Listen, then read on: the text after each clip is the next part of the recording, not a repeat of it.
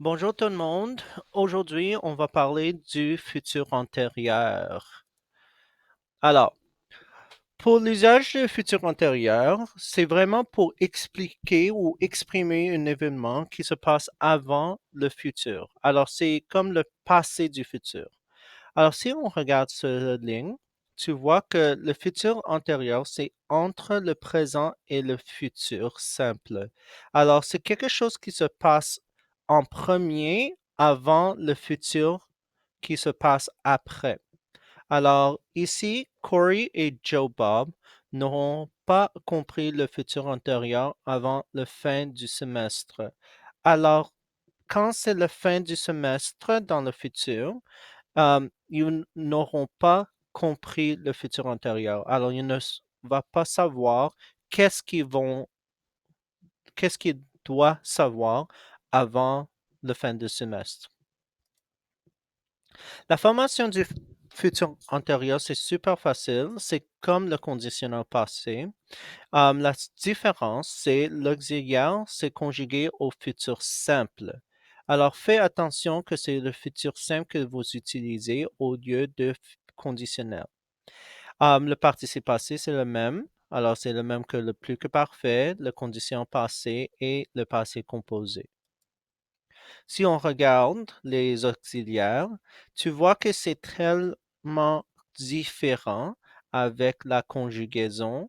On a aurait, aura, aura, auront, aurait et auront. Si vous faites être, c'est serait, sera, sera, seront, seraient et seront. Alors, tu vois que le début ou le radical du verbe, c'est le même que le conditionnel, mais la terminaison, c'est différent. Ça, c'est quand on utilise le avoir au présent pour conjuguer. Par exemple, si j'ai le futur antérieur avec aimer, ça va être j'aurais aimé. Pour finir, nous aurons fini et vendre, elles auront vendu.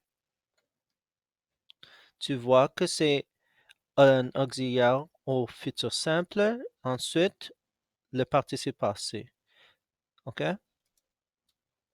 Les verbes irréguliers sont les mêmes que les autres, comme la leçon que vous avez appris hier. Il y a le avoir. Alors, vous pouvez regarder la liste dans les verbes composés. Il y a les êtres et il y a les verbes réfléchis et les réciproques et pronominaux. Alors, si tu regardes les êtres, c'est le Dr. Mr. Van Trump ou devant plusieurs. Et les verbes réfléchis, c'est les verbes qui a le se dans le verbe. Par exemple, voir. Ça devient vu. Alors, je conjugue j'aurais vu. Pour venir, venu. Nous serons venus. Et elles, pour les verbes réfléchir, réciproques et pronominaux, c'est elles se seront lavées. Souvenez que tu dois ajouter les terminaisons. Pour le futur antérieur, tu dois vraiment utiliser avec des expressions. Il y a seulement quatre qu'on utilise, alors c'est très facile à mémoriser les expressions que tu utilises avec le futur antérieur. Tu as l'expression lorsque, quand, dès que et aussitôt que. Quand vous voyez cette expression, le temps de verbe après, c'est automatiquement futur intérieur et tu le sépares avec un virgule pour séparer l'autre idée qui est ton futur simple. Alors, c'est comme le si, mais ça, c'est ton version du si. Alors, si on regarde des exemples, lorsque j'aurai fini mes devoirs, j'irai à la danse. Alors, je dois finir mes devoirs dans le futur avant que je vais à la danse. Nous mangerons la tarte aux pommes quand nous l'aurons cuit. Alors, le tarte aux pommes n'est pas fini de cuire, mais on va le manger après qu'il est, avant qu'il ait cuit. Aussitôt que tu seras douché, tu viendras nous joindre. Alors, tu dois se doucher en premier, ensuite vous venez. Et vous serez au spectacle à l'heure dès que vous auriez pris l'autobus 4.